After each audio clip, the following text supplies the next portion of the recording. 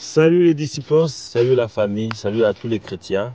J'ai passé un week-end, non, une semaine remplie de présence de Dieu. J'ai été reçu par David et sa femme.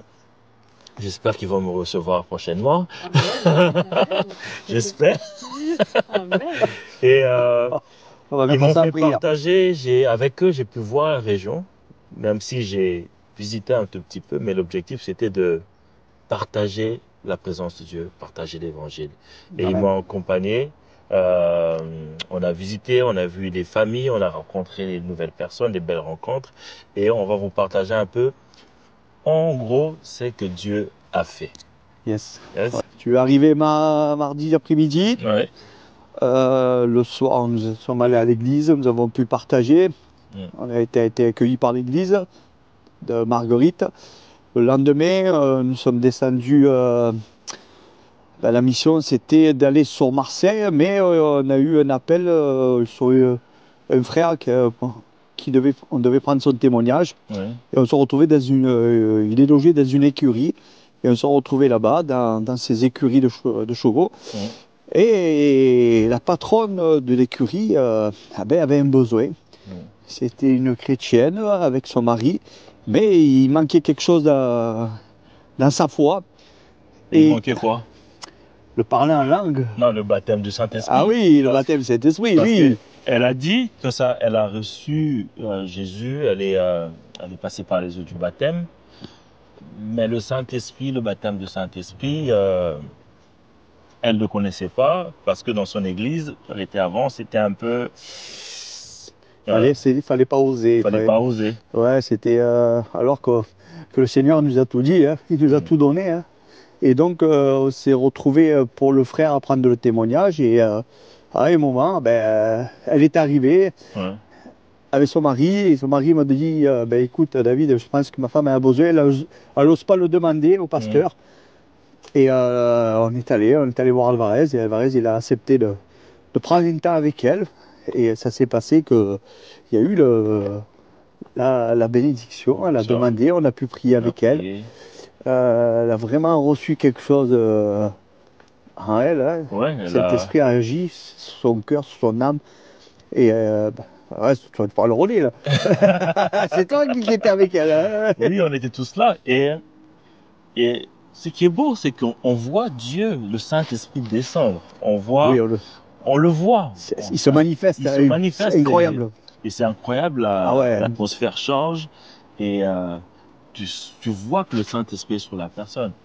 Et elle a commencé à murmurer des paroles en langue et c'était beau. Et elle pensait qu'elle devait crier en langue, mais heureusement, il y avait ta femme qui disait, non, ça dépend de tes émotions, Sonia. Et oui. Qui a dit, voilà. Et c'était beau, on a vu qu'elle a reçu quelque chose. Amen, c'est vrai qu'elle avait bien reçu quelque chose et ça a touché son mari qui était là à côté.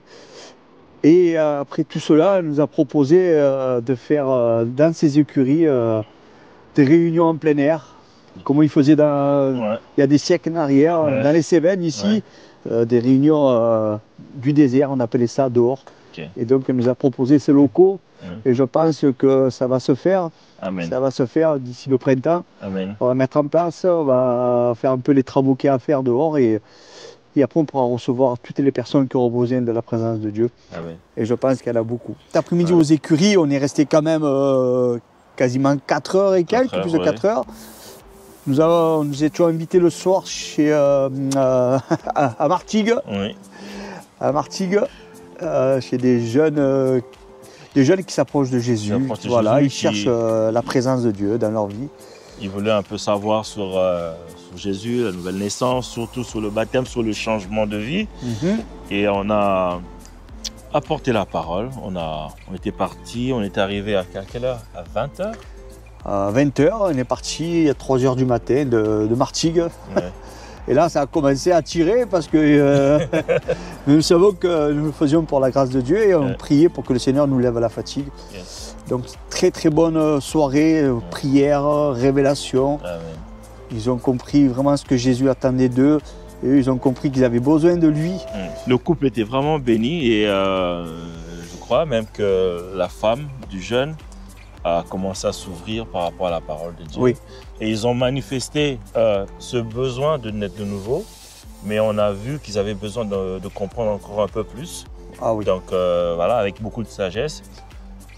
On n'est pas allé au baptême, voilà, pour qu'ils puissent grandir, comprendre encore un peu plus. Tu as fait un enseignement aussi. On a fait un enseignement et voilà, ça va. Sur la nouvelle naissance, oui. Ils ont vraiment compris ce que c'était la nouvelle naissance. Yes. Et ça, c'était le but vraiment ultime pour nous, c'était vraiment ça. Et le lendemain, on s'est levé à 7h30, 8h, et direction Marseille, ma ville. Et nous étions dans les quartiers nord de Marseille, à une société nautique. Nous avons un petit bateau et nous étions là-bas. Et nous étions là pour prendre des témoignages. Le mien, celui-là de mon fils, de ma femme. Et là, il y a un homme de Dieu qui est venu. Il y a un homme de Dieu que j'ai invité, un vrai serviteur, vous verrez ses vidéos, et qui n'était pas prévu. Mais que le Seigneur m'a mis à cœur, que j'ai invité et qui est venu et qui a pu bénir le pasteur Alvarez. Ah oui, j'ai beaucoup reçu. Et c'est étonnant parce que des fois, nous partons en mission pour donner, mais le Seigneur te fait un clin d'œil, tu peux aussi recevoir. Amen, c'était vrai. Et il a prié pour moi, j'étais saisi sous l'onction. Je parlais en langue et je sentais que Dieu m'a vraiment fait du bien et j'ai beaucoup reçu. Et on a prié les uns pour les autres.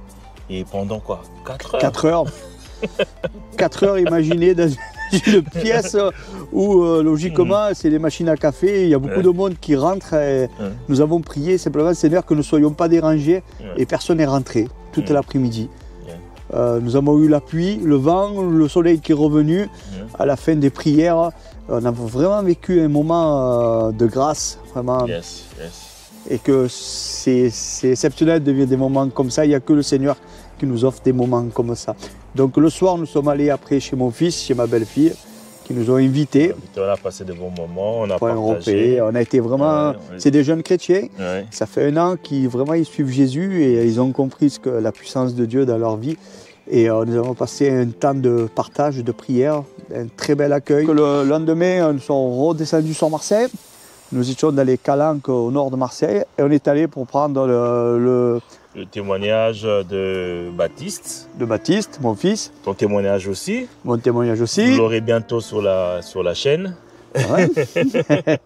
Nous étions, le soleil était au rendez-vous, tout était au rendez-vous. Il y a eu l'onction, les émotions. Les émotions, oui. Émotions en Christ. Vraiment, Jésus nous a bénis encore une fois. C'était vraiment avec la présence d'Alvarez.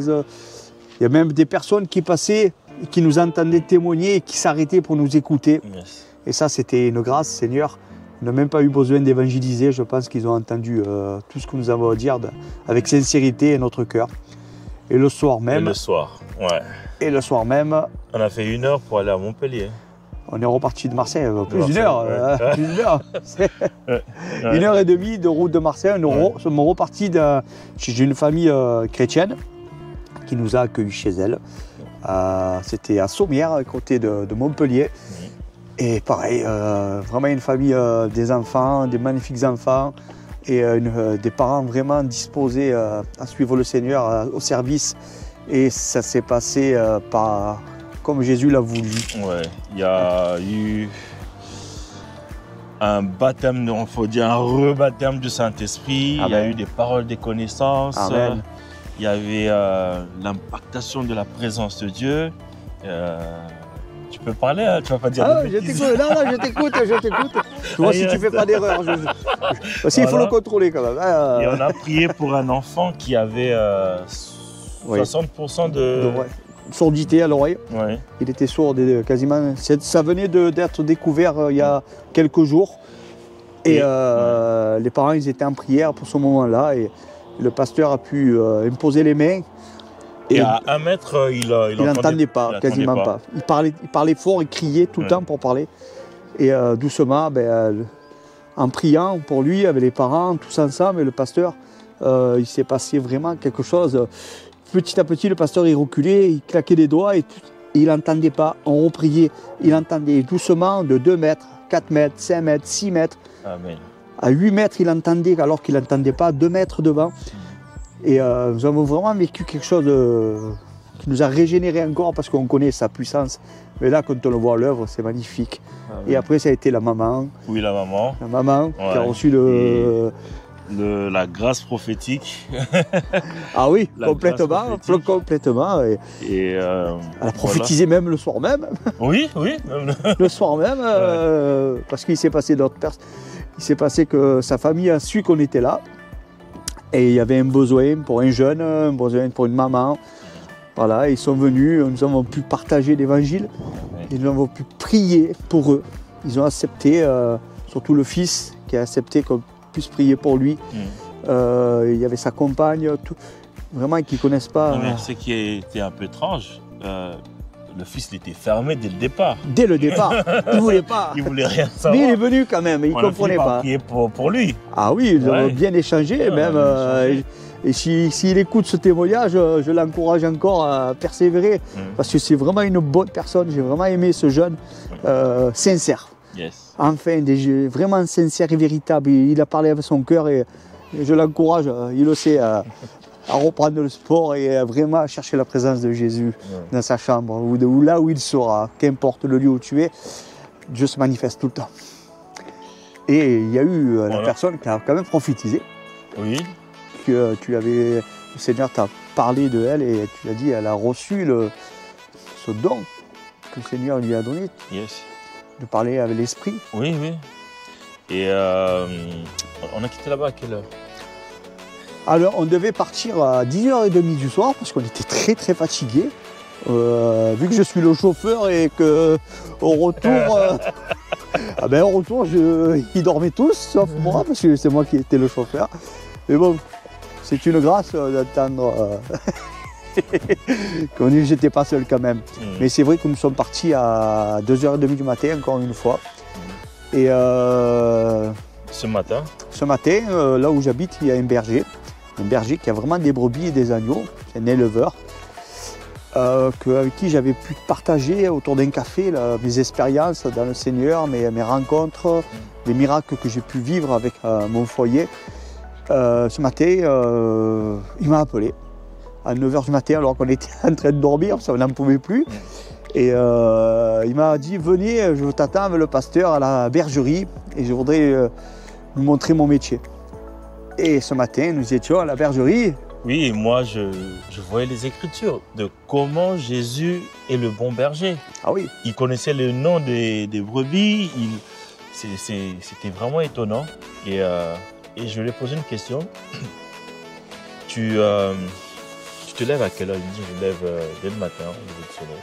Donc tous les jours, il passe son temps avec les animaux. C'est vrai. Mais si Jésus est notre bon berger, il est là, il est tout le temps là, tous les jours avec nous. Et c'est pas facile le métier de pasteur aussi. C'est pareil. c'est pareil. Et on a aimé une phrase. Oui, alors on était à la bergerie, on a pu voir les agneaux, comment les agneaux sans tache, avec tache. On a pu partager ça, le pasteur a eu une révélation là-dessus. Et après, sa compagne, le berger, avec sa petite fille, nous a invités à boire le café chez eux. Nous sommes allés chez eux. D'une simplicité, un cœur ouvert. Ils nous ont accueillis vraiment avec le cœur ouvert. C'est une chaleur, vraiment la chaleur humaine, c'est ce que nous aimons. Et nous avons pu lui annoncer l'évangile. Il a accepté qu'on prie pour lui, pour sa maison, son foyer. Nous avons vraiment passé un moment et d'un coup, nous avons aussi parlé de baptême. De Jésus, on a présenté Jésus, ce qu'il a fait. Amen. Les bergers, on devait présenter Jésus comme l'agneau. Comme l'agneau. Et là, le berger,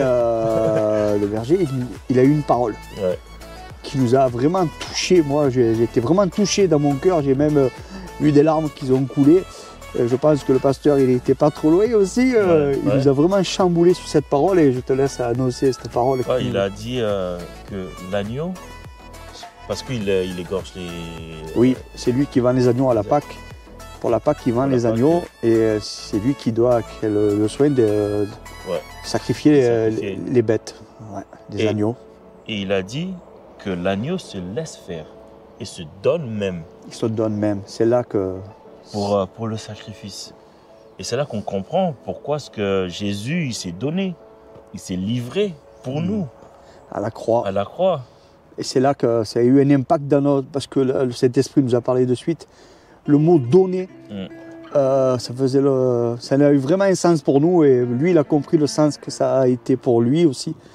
Yes. Et quand on est parti, nous avons pu encore une fois parler dehors avec ces animaux autour de nous. Et il a vraiment envie, sûrement, et nous croyons suivre Jésus. Et moi, je suis à côté et je serai là à tout moment pour l'aider, le conduire et le soutenir dans son foyer. Ouais. Qu'est-ce que je peux vous dire à tous les chrétiens qui sont dans les églises, qui sont... réveillez-vous, allez dehors, allez faire des actes, allez vers les gens, donnez. N'attendez rien autour, mais donnez. Allez partager simplement leur vie. Et après, le Seigneur fera les choses. Il va vous ouvrir une porte, une brèche. Et infiltrez-vous dans cette brèche et parlez de ce que Jésus a fait dans vos vies. Yes. Mais je vous... Témoigner. Mais franchement, oui, allez témoigner autour de vous, au travail, à la maison, à vos enfants. Soyez vraiment des exemples, Seigneur. Et vraiment, ces 4 jours, ça a été vraiment... On est allé vers les autres. Et nous avons été bénis, vraiment bénis. Et la fatigue, ben, on ne la ressent pas. Peut-être ce soir, on va bien dormir, je pense. Moi, dans le train, peut-être, oui. Mais franchement... il faut témoigner. C'est comme la femme samaritaine. Elle n'a pas prêché, elle n'avait pas des études de théologie, rien du tout. Elle a juste dit ce que Jésus avait fait. C'est tout, simplement. C'est tout. Elle n'a pas besoin d'avoir la connaissance, pas besoin de dire « moi, je n'ai pas de connaissance, je ne peux pas témoigner ». C'est faux. Moi, dès le lendemain, j'ai pu témoigner de Jésus à ma rencontre, sans connaître la Bible, sans connaître qui était Jésus, mais simplement j'ai dit ce qu'il avait fait ce soir-là à moi, dans mon cœur et à ma femme. Et dès le lendemain, nous avons annoncé, et je peux vous dire qu'il y a eu des miracles, des prodiges. Amen, amen, amen. Et voilà, donc... N'oubliez pas, le royaume ici et maintenant. Au revoir. Soyez bénis.